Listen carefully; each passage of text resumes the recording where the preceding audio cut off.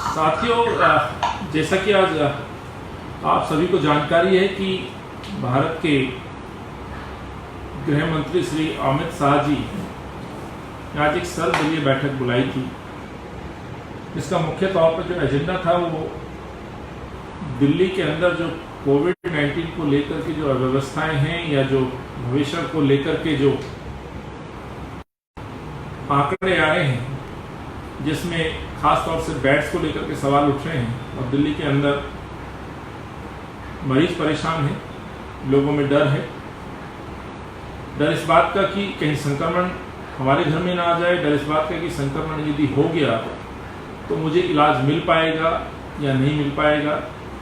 डर इस बात का कि मेरा टेस्ट नहीं हो पा रहा है जिससे कि मुझे पता चल सके कि भाई मैं कोविड हूँ या नहीं हूँ, चाहे किसी को मामूली बीमारी है या कोई बुखार है। तमाम ऐसी जानकारी हैं जिनके आधार पर दिल्ली के अंदर एक ऐसा माहौल है। यही कारण है कि पिछले तकरीबन 84-85 दिनों से जिस तरह से सरकार के जो कार्य रहे हैं या रवैया रहा है, जिस तरह से उनकी जो तैयारियां थी, उन पर प्रश्न उठना लाजमी है कि जिस तरह के आंकड़े आज दिल्ली सरकार ने हेल्थ बुलेटिन के माध्यम से जनता के बीच में रखे हैं, इसके तहत तकरीबन 182 मरीज दिल्ली में अब तक हो चुके हैं। बताना चाहता हूं, तकरीबन सरकार ये मानने के लिए तैयार हुई है कि 1327 मौतें अब तक हो चुकी हैं। हालांकि सच्चाई इसके विपरीत है। चाहे आपकी फील्ड रिपोर्ट हो या हमारे साथी कार्यकर्ता या जनता के फीडबैक की बात हो या स्वयं से दिल्ली के अंदर स्थापित भाजपा शासित कॉरपोरेशन के तीनों मेयरों की हम बात करें तो सच्चाई कुछ और बयां करती है कि दिल्ली के अंदर जो मौत के आंकड़े कहीं उसके परे हैं। और ये बात हम लोग निरंतर दिल्ली के मुख्यमंत्री, दिल्ली के उपराज्यपाल महोदय को निरंतर अवगत कराते रहे हालातों से भी, और जो आपकी व्यवस्थाएं हैं, जो अरेंजमेंट्स हैं, उनकी नाकाफियों को लेकर के भी। लेकिन सरकार मानने के लिए तैयार नहीं थी, स्वीकार करने के लिए तैयार नहीं थी, और हालात ऐसे बन गए कि दिल्ली के हाथ से मैं समझता हूं पूरी जो स्वास्थ्य सेवाएं हैं पूरी चरमरा गई हैं, और जिसके नतीजे इस रूप में कि भयंकर तरीके से ये संक्रमण कम्युनिटी में फैल चुका है, पूरी दिल्ली में फैल चुका है। इससे कोई अछूता नहीं है। चाहे हमारा, जैसे मैंने आपको बताया कि जो परिस्थितियां हैं बहुत गंभीर हो चुकी हैं और सरकार नियंत्रण मानने के लिए तैयार नहीं है। केजरीवाल जी से लगातार हम ये आग्रह करते रहे कि सच्चाई को जाने। हालांकि पिछले दिनों ने एक आश्वासन दिया कि केजरीवाल साहब स्वयं जमीन पर उतरेंगे, क्षेत्रों का दौरा करेंगे, तो लोगों में कुछ उम्मीद जगी थी और ये विश्वास कुछ जगा था कि शायद दिल्ली के मुख्यमंत्री, जिनको दिल्ली के लोगों ने विश्वास के साथ चुना है, वो आएंगे और हमारे दर्द को समझेंगे, कुछ ठोस नीति के तहत काम करेंगे, कुछ ठोस रणनीति के तहत यहाँ की मदद की जाएगी। लेकिन अफसोस सिर्फ एक बार फिर सिद्ध हो गया कि बयानों में ही केजरीवाल जी की तैयारियां दिखती हैं और जिसके परिणाम आज जनता के सामने। महामहिम लेफ्टिनेंट गवर्नर साहब के यहाँ बैठक, जब सर्वदलीय बैठक हुई थी, तब भी हमने कुछ चीजों को रखा था और महामहिम साहब ने इस बात को स्वीकार भी किया था। कुछ बातों पे उन्होंने संज्ञान लिया, कुछ बात हमारी मानी भी गई, जिसमें खासतौर से डिस्प्ले तमाम हॉस्पिटल के बाहर बड़ी स्क्रीन के माध्यम से लोगों तक जानकारी देने की बात है। साथियों, आज गृह मंत्री जी के सामने ये बात पहुंची और उन्होंने जिस तरह से बैठक बुलाई है, तो उनसे भी हमने ये बात तो कहा कि देर आए चलो दुरुस्त आए। हालांकि समय बहुत बीत गया है, परिस्थितियां बिगड़ रही हैं, तो जिस तरह से जो देरी दिल्ली की सरकार, केजरीवाल जी की सरकार ने की, वही देरी मैं समझता हूं भारत सरकार और गृह मंत्रालय ने भी की। अन्यथा ये बैठक जो आज सर्वदलीय बैठक हुई है, ये बैठक तकरीबन 84 दिन पहले हो जानी चाहिए थी, जब ये लॉकडाउन की शुरुआत देश में हुई। लेकिन अफसोस इस सरकार ने इस बीमारी को इतनी और इसकी गंभीरता को लगातार कांग्रेस का नेतृत्व, आदरणीय राहुल जी, शीर्ष नेतृत्व चाहे सोनिया जी या कांग्रेस का हर कार्यकर्ता इस अलग अलग राज्यों के शासन दिल्ली में भी अवगत कराते रहे कि परेशानियां बढ़ेंगी, आपको तैयारियां करनी चाहिए। लेकिन ये सरकार शायद इसकी गंभीरता को नहीं समझ पाई, जिसके परिणाम आज जनता के सामने। जैसे मैंने कहा, डर की बात, तो आज की जो बैठक है, सर्वदलीय बैठक में हमने कुछ सवाल और कुछ सजेशंस भी दिए, जैसे कि पार्टी की हमेशा से ये सोच रही है कि बड़े सकारात्मक रूप में हम देश के लोगों की मदद करें, इस आवाम की हम सुरक्षा करें। इसी के तहत हमने सजेशंस भी दी हैं 11 बिंदुओं में। कोशिश की है कि दिल्ली के अधिकतर लोगों के सुझाव हम उसमें सम्मिलित कर पाए और होम मिनिस्टर साहब के कार्यालय तक हम इसको साझा कर पाए। सर्वप्रथम मैं आपसे उन सवालों के बारे में बात करूंगा जो हमने उठाए, जो दिल्ली के सवाल, जिसमें खासतौर से डर का जो माहौल हम लगातार बात कर रहे थे। और मैंने उस दिन भी पिछली प्रेस वार्ता में भी आपसे ये जिक्र किया था कि माननीय महामहिम साहब के ऑफिस में हमने इस चीज को सिद्ध किया कि दिल्ली सरकार की नाकामियों की वजह से दिल्ली के लोगों में डर है और भय है, और दिल्ली के अंदर भय पूरा व्याप्त हो चुका है, और जिसके कई कारण हैं। और आज उसी बात को स्वीकार करते हुए भारत के गृह मंत्री अमित शाह जी ने स्वीकार किया कि लोगों में भय है, डर का माहौल है। और जो डर का माहौल है, जिस बात को हमने वहां भी रखा था महामहिम जी साहब के यहाँ, और आज यहाँ पे इस बात को रखा कि टेस्ट को लेकर के लोग चिंतित हैं, जैसे मैंने शुरुआत में आपसे इसका जिक्र भी किया। लोगों के टेस्ट ना होने की वजह से लोगों को ये संक्रमण के बारे में नहीं पता चल पा रहा है कि वो संक्रमित है या नहीं है। और जिस तरह से पूरे विश्व में इस संक्रमण के खिलाफ जो सबसे बड़ा हथियार है वो टेस्ट को माना गया है, और टेस्टिंग नहीं होगी तो आप उन लोगों को ट्रेस नहीं कर पाएंगे। ये नीति पूरे वर्ल्ड में लागू, लेकिन दिल्ली के अंदर केजरीवाल जी इसके विपरीत चल रहे थे। तो आज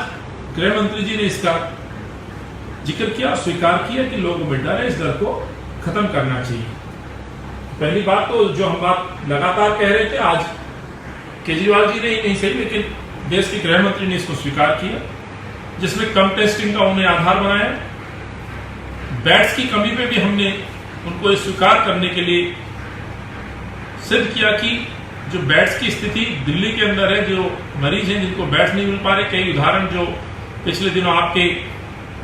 समाचार पत्र या चैनल्स के द्वारा जो दिल्ली की जनता ने देखी, चाहे एलएनजेपी का जिक्र हो या प्राइवेट हॉस्पिटल्स का या मैक्स का, जो स्वयं से मैंने वहां जब जाहिर किया, उस आधार पर अब सरकार ने स्वीकार किया कि वाकई लोगों में बेड को लेकर की चिंता है। पर साथियों, सवाल इस बात का है कि आज भी प्रेजेंटेशन में दिल्ली सरकार अपने तकरीबन 40 बेड, यदि मैं गलत हूं तो इसको करेक्ट कर लिया जाएगा, आज भी वैकेंट दिखा रहे हैं। तो मैंने ये सवाल क्यों हो रहा है 4-4, 5-5 घंटे का, तो ये प्रश्न पूछना लाजमी था। इन सवालों के साथ साथ हमने ये भी पूछा, दिल्ली के अंदर यदि इतनी मौतें हुई हैं, इतने मरीज हुए हैं, तो कहीं ना कहीं लोगों के डर है, खौफ, उसके लिए जिम्मेवार कौन? इस प्रश्न का जवाब तो नहीं मिला, लेकिन ये सीधे तौर पर मैं फिर जनता के बिहाफ पे ये सवाल आपके माध्यम से उठा रहा हूं कि देश के गृह मंत्री साहब बताएं,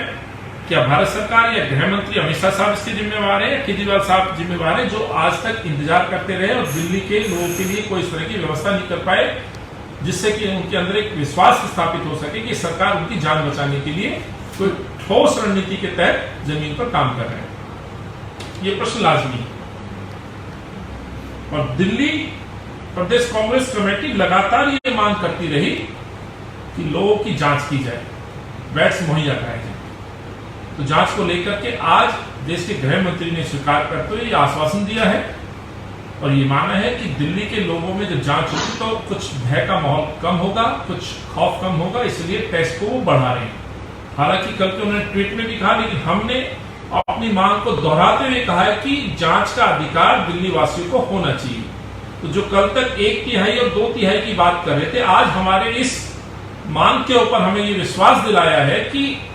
सरकार प्रत्येक व्यक्ति को जांच करने के लिए बाध्य है और आने वाले दिनों में हम आईसीएमआर ने जो अप्रूवल दिया है कोई नई डिवाइस के तहत, उसके तहत हम तमाम दिल्ली के लोगों का उपचार करेंगे। बेड्स को लेकर के दिल्ली सरकार जिस तरह से आरोप प्रत्यारोप करती रही, बातें करती रही और लगातार प्राइवेट हॉस्पिटल्स पर हमलावर होती रही, जिस तरह से वो एक्शन के मोड में दिखाई दी, एक हमने वहां वो प्रूव करने के लिए देश के गृह मंत्री जी के समक्ष एक सरकारी हमने पत्र जिसमें कि दिल्ली सरकार के 3 बड़े हॉस्पिटल्स हैं जिनकी जानकारी मैं आपको देना चाहता हूं। एक हॉस्पिटल है अंबेडकर नगर जिसमें 600 बेड्स की व्यवस्था है, जिसको तकरीबन फरवरी 2019 में कंप्लीट हो जाना चाहिए था। अब जो स्टेटस है साइट पे वो 98% कंप्लीशन दिखा रहा है और ये 2019 नवंबर का स्टेटस है। यानी कि आपके इस 2% में केवल मुझे लगता है फीता काटने का इंतजार ये इमारत कर रही है, शायद जिसके लिए केजरीवाल जी समय नहीं दे पाए। दूसरा, एक बुरारी हॉस्पिटल प्रोजेक्ट है जिसकी क्षमता 768 बेड्स की है। इसको भी तकरीबन मार्च 2019 में कंप्लीट हो जाना था और नवंबर 2019 में इसका स्टेटस तकरीबन 92% कंप्लीशन दिखा रहा है। तो इसमें भी प्रश्न ये उठता है कि 92% का तो मतलब है कि ये बिल्डिंग पूरी तरह से तैयार है, सिर्फ यहां पे यदि इंतजार है तो डॉक्टर्स का और सरकारी आदेश का कि यहां पे लोगों की सेवा करें। तीसरा एक उदाहरण हमने दिया Indira Gandhi hospital project at sector 9 Dwarka, जो कि 2 फेज में होना था। फर्स्ट फेज की मैं स्थिति आपको बता रहा हूं, 1241 बेड जो कि मार्च 2019 तक कंप्लीट होना था और इसका जो स्टेटस दिखाया जा रहा है तकरीबन 80% यानी 80% हॉस्पिटल का काम पूरा हो चुका है, जिसको कि मार्च 2020 में कंप्लीट होना था। मार्च 2020 गौर से सुनिएगा साथियों, जिसमें 22 आए हैं। सवाल यह है, इस आपदा में जहां लोग बेड के लिए तरस रहे हैं, चेतावनियां थी निरंतर, राहुल जी और सरकार के पास भी खबरें होंगी, तमाम कांग्रेस नेतृत्व आगाह करता रहा कि देश के नहीं विदेश में एक महामारी ने जगह बना ली है जो देश की तरफ आने वाली है, बढ़ने वाली। तो आपकी तैयारियां क्या हैं, इस पे प्रश्न। इन तीनों हॉस्पिटल्स को यदि आप जोड़ें, टोटल करें तो ये 2609 बेड्स हैं साथियों, जो सरकार शायद यदि इनको तैयार करके जनता की सेवा में समर्पित कर देती तो किसी का पिता यूं बेड के इंतजार में हॉस्पिटल के बाहर नहीं मरता, या कोई बेटी अपने ससुर को लेके एम्बुलेंस के अंदर दर बदर नहीं भटकती, या कोई बुजुर्ग हाईकोर्ट के अंदर बेड की अर्जी लेकर के नहीं जाता। कम से कम 2600 बेड इतना तो राहत दे सकता था। लेकिन केजरीवाल साहब निरंतर आप प्राइवेट हॉस्पिटल्स को आधार बना करके उनको आरोपित करने में लगे रहे। ये उदाहरण इस बात का कि आपकी सारी जो तैयारियां थी उनकी पोल खोलने का काम ये आंकड़े करते हैं। मैं समझता हूं साथियों, गृहमंत्री जी को जो हमने आज की परिस्थितियों में जिसको लेकर के शायद मीटिंग भी कॉल की थी, 11 बिंदुओं पर हमने सुझाव दिए। इसमें कुछ सुझाव लेफ्टिनेंट गवर्नर साहब के यहां भी हमने शेयर किए थे, जिसे मैंने शुरुआत में आपसे कहा, जिसमें खासतौर से टेस्टिंग को लेकर के जो मैंने अभी जिक्र किया, या हॉस्पिटल के बाहर डिस्प्ले करने के लिए। वैसे कुछ और बिंदु हैं जिनको आज हमने देश के गृह मंत्री जी के सामने रखे, जिसपे खासतौर से उन्होंने एसी ट्रेन कोचेस के बारे में कल जो घोषणा की थी, भी हम जनता के सुझाव के बिहाफ पे उनसे ये सजेस्ट करते हैं कि हम आपकी इस बात से कुछ हद तक सहमत नहीं। उसका एक बड़ा रीजन है साथियों कि आप देखिए, जब श्रमिक अपने श्रमिक ट्रेनों से जब अपने शहर लौटे तो इन्हीं ट्रेनों से गए थे, और जो ट्रेनों की स्थिति थी, जो मौसम है, इन हालातों में काफी लोगों ने अपने प्राण त्याग दिए रेलवे कोचेस के बाद। प्रश्न ये उठता है, दिल्ली के इस वातावरण में, इस माहौल में आप किस तरह से व्यवस्था करेंगे, इसकी सूचना पूरी तरह से लोगों को बताई जाए। हमने इसके आवेदन में ये कहा है और ये सजेस्ट किया है, बजाय इस ट्रेन के उससे पहले भी आप परिस्थितियों को संभालने का प्रयास कर सकते हैं। जहां आपने प्रगति मैदान या बारात घर या आपने गेस्ट हाउसेज का आपने जिक्र किया है बेड लगाने के लिए, वहीं पे हमने कहा कि क्योंकि मैं भी डीयू से पास आउट हूँ, डीयू के काफी कॉलेजेस में आज हॉस्टल्स हैं, और कल की खबर थी जिसमें ग्वायर हॉल के अंदर वहां के स्टूडेंट्स को खाली करने के नोटिस दिए गए हैं, ये कहते हुए कि महामारी फैल रही है, कॉलेजेस बंद है, आप अपने घर चले जाएं। तो हमने कहा कि आप इन कॉलेजेस के हॉस्टल्स को आप प्रयोग में ले सकते हैं, वो बिल्डिंग सेपरेट है, सिंगल रूम से, क्वारंटीन की दृष्टि से भी और हॉस्पिटल की दृष्टि से भी आप इनका प्रयोग कर सकते हैं। ये भी सजेशन हमने दिए हैं। स्कूलों को भी इसी तरह से हमने जोड़ा है कि स्कूल जो चाहे सरकारी हो या प्राइवेट हो, जिनमें हॉस्टल फैसिलिटीज हैं, तुरंत सरकार उनमें दिल्ली के लोगों के लिए कम से कम क्वारंटाइन, जिनको आप होम आइसोलेशन में डाल रहे हैं, उन लोगों को निकाल के आप कम से कम इनको क्वारंटाइन करें और लोगों के लिए तैयार। ये भी हमने कहा। यदि बहुत ज्यादा अति आवश्यक हो जाए तो हमने कहा है कि कम से कम लोगों को बताएं कि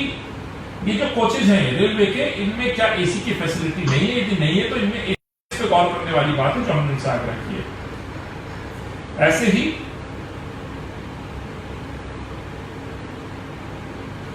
दिल्ली को लेकर के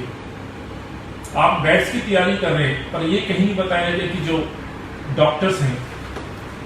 या नर्सिंग स्टाफ की आवश्यकता पड़ेगी आपको और पैरामेडिकल स्टाफ की जरूरत पड़ेगी, इनकी व्यवस्था कैसे करेंगे। एक तरफ तो इन लोगों का हौसला टूट रहा है, ये लोग संक्रमण से ग्रसित हो रहे हैं, इनके जो मानक है, सुरक्षा के मानक हैं, उसकी दृष्टि से इनकी जो पीपी किट वगैरह है। सो ऐसी स्थिति में जो लोग काम करने के लिए तैयार है, उसके लिए हमने 2-3 बातें इनसे कही। खासतौर से एक समिति बनाए कि जो इनको मुहैया कराने वाली जो व्यवस्थाएं हैं, चाहे पीपीई किट हो या इनको क्वारंटीन की आवश्यकता हो या इनके किसी संक्रमण से ग्रस्त होने के बाद इनकी यदि मृत्यु हुई है तो उनके मुआवजे के तौर पर जो 1 करोड़ रुपए देने की बात हो, इनको तुरंत सरकार को मानना चाहिए, इनके अंदर एक कॉन्फिडेंस पैदा हो।